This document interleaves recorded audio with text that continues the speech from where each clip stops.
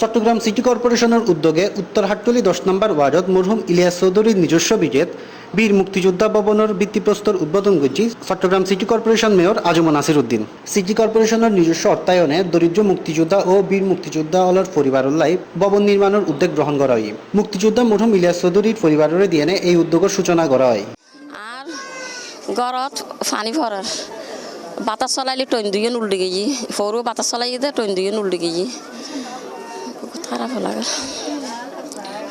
গড় গান গড়ি দিলি আল্লাহর হাসো বালা পাইব, আর ফুয়া মাইয়ার হাসো বালা পাইব। আই জ্বর পড়লে ঘুম যাই না পারি, জ্বর পড়লে আর পালং জ্বর পরে আর গোড়া করে জ্বর পরি বাইজার। আর গড় গান করলেই তোরা চক লাই তুলে 10,000 কিল মারি না পারি, 10,000 গিয়া টিয়া বেকেন গাই গো। আজি 14 মাস আমি মরা যাবো পরে ঘুম যাই না পারি।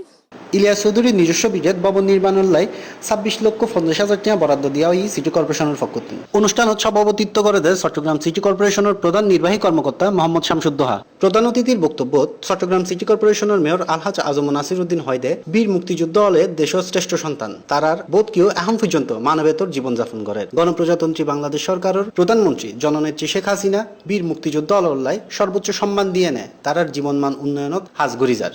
এছাড়াও মেয়র তার বক্তব্যত নগর উন্নয়নের বিভিন্ন প্রসঙ্গে উপস্থিত দর্শকের সামনে তুলে ধরে। যেখানে কাঁচা রাস্তা আছে, বিভিন্ন ওয়ার্ড আছে, শহরের প্রাণকেন্দ্র আছে, ব্রিজ চলিনে কোনোটাই থাকবে না, সবগুলো আপনি পাকা রাস্তায় রূপান্তর করবেন।